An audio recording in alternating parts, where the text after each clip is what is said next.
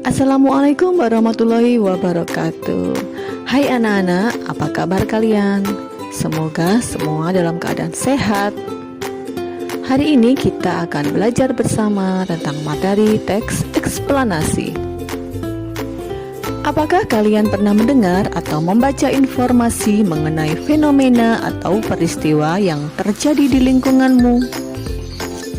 Fenomena atau peristiwa tersebut seperti banjir, gempa bumi, demonstrasi, kenakalan remaja, dan lain-lain.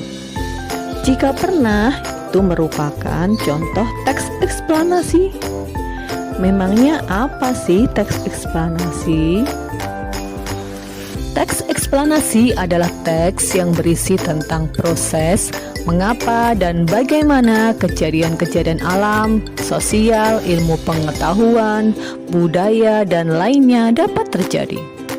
Suatu kejadian, baik itu kejadian alam maupun sosial yang terjadi di sekitar kita, selalu memiliki hubungan sebab, akibat, dan proses. Lalu bagaimana ya caranya kita tahu bahwa sebuah teks disebut sebagai teks eksplanasi? Yuk kenali ciri-ciri teks eksplanasi berikut.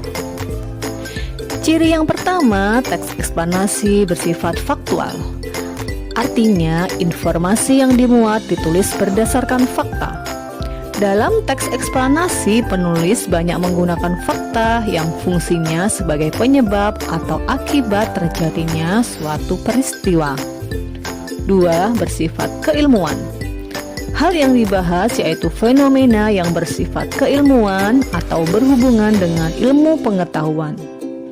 3. Informatif. Sifatnya informatif dan tidak berusaha memengaruhi pembaca untuk percaya terhadap hal yang dibahas. Ciri yang terakhir yaitu fokus pada hal umum. Partisipannya bukan manusia ya, tetapi adalah hal umum, misalnya tsunami, banjir, gempa bumi, hujan, dan lainnya. Struktur teks eksplanasi. Pertama, identifikasi fenomena atau pernyataan umum. Bagian ini menjelaskan tentang latar belakang atau gambaran umum fenomena atau peristiwa yang akan dibahas. 2. Proses kejadian atau urutan sebab akibat. Bagian ini menjelaskan tentang penyebab dan akibat yang ditimbulkan dari fenomena tersebut. 3. Ulasan atau interpretasi. Bagian ini dapat dikatakan sebagai penarikan kesimpulan, bisa juga berisi komentar, tanggapan, atau pernyataan terkait fenomena yang diangkat dalam teks tersebut. Kaidah kebahasaan teks eksplanasi. Pertama, menggunakan konjungsi kausalitas. 2. Konjungsi kronologis. 3. Keterangan waktu. 4. Kalimat pasif. Konjungsi kausalitas merupakan konjungsi yang berhubungan dengan sebab akibat. Contoh konjungsi kausalitas: sebab, karena, oleh sebab itu, oleh karena itu, sehingga, dan lainnya. 2. Konjungsi kronologis. Konjungsi kronologis merupakan konjungsi yang berhubungan dengan urutan waktu. Contoh konjungsi kronologis: lalu, kemudian, setelah itu, pada akhirnya, dan lainnya. 3. Menggunakan keterangan waktu.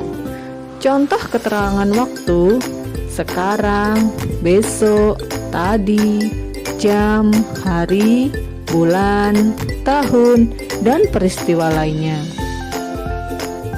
Kaidah kebahasaan yang 4 yaitu menggunakan kalimat pasif. Kalimat pasif memiliki ciri-ciri. Pertama, subjek berperan sebagai pelaku yang dikenai suatu perbuatan.